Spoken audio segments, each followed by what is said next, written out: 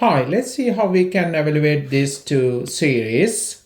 First, I want you to know these two results, and you need to remember this. If you have sigma 1 r equal 1 to n, actually what is this series? This is when you add 1 plus 1 plus 1 plus, right, up to, n times you add in 1, right? So that equal to n, right? So you need to remember that sigma 1 r equal 1 to n as n, right? Now again, you need to remember this. If you have sigma r equal 1 to n, right? What is this series? We can write down the series. So when you have sigma notation, when you substitute r equal 1, you're going to get 1, plus when you take r equal 2, you're going to get 2, so on. And we finish in with this number n, r equal n. Okay, so if you take this sum, actually it's equal to n over 2 times n plus 1, right? You need to remember this. Sigma r equal 1 to n equal to n over 2 times n plus 1. Okay, so basically if you want to find, for example, sigma r equal 1 to 10, okay, so what we have to do, using this result, we can evaluate this, okay, because it is sigma r equal to 1 to n, right? Here this is n equal to 10. So if you substitute that n here, you're going to get the sum. So you would get 10 over 2 times n plus 1, that's 11. So this gives us 55, like that. Okay, let's see how we can evaluate this series.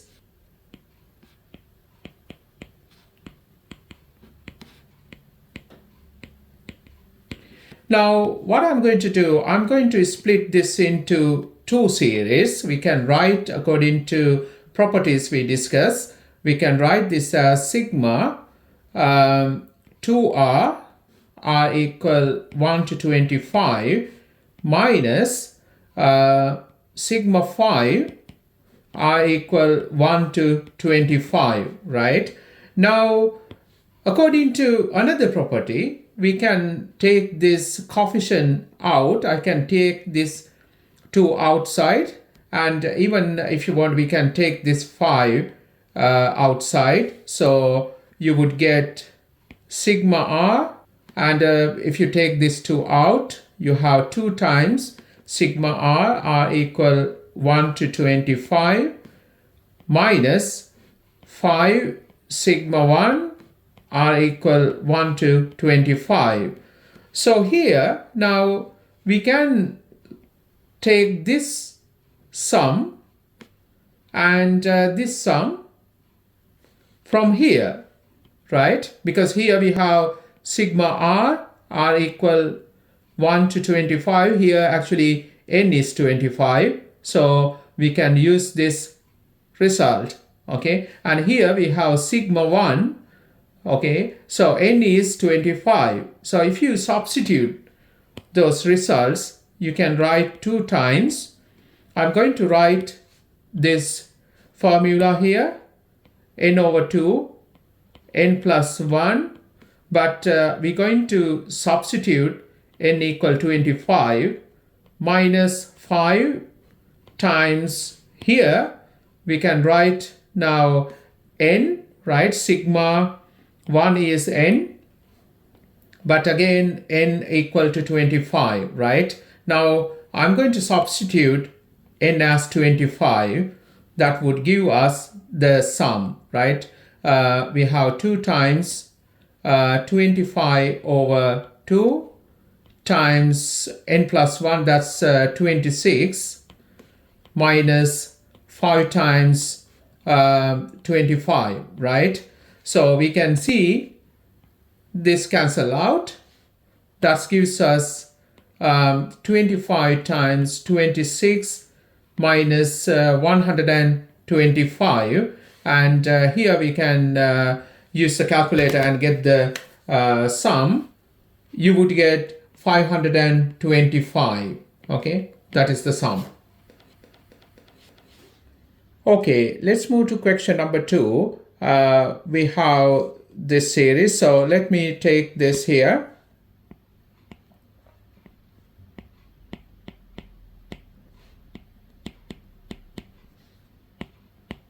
Right, and we can actually split this into 2 series.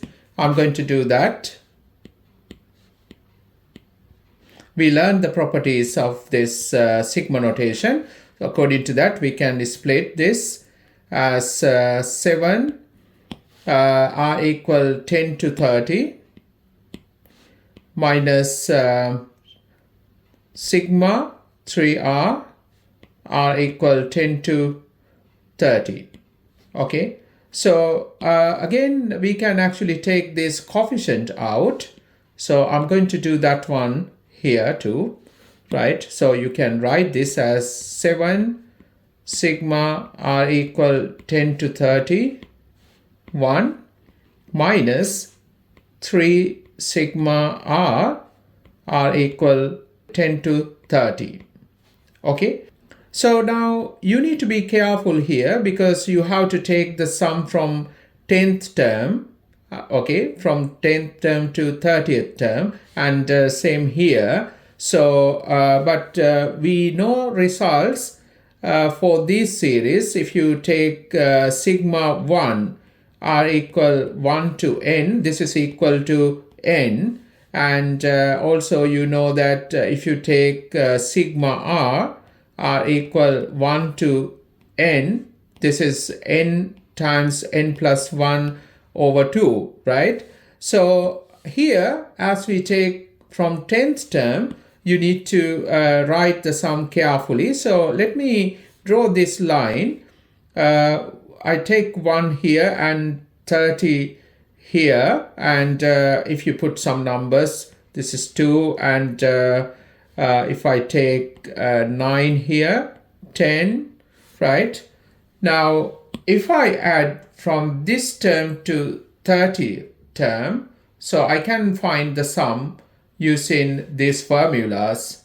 And also I can take this sum from 1 to 9, like that, because we need to start the sum from the first term, right, according to these 2 formulas, right?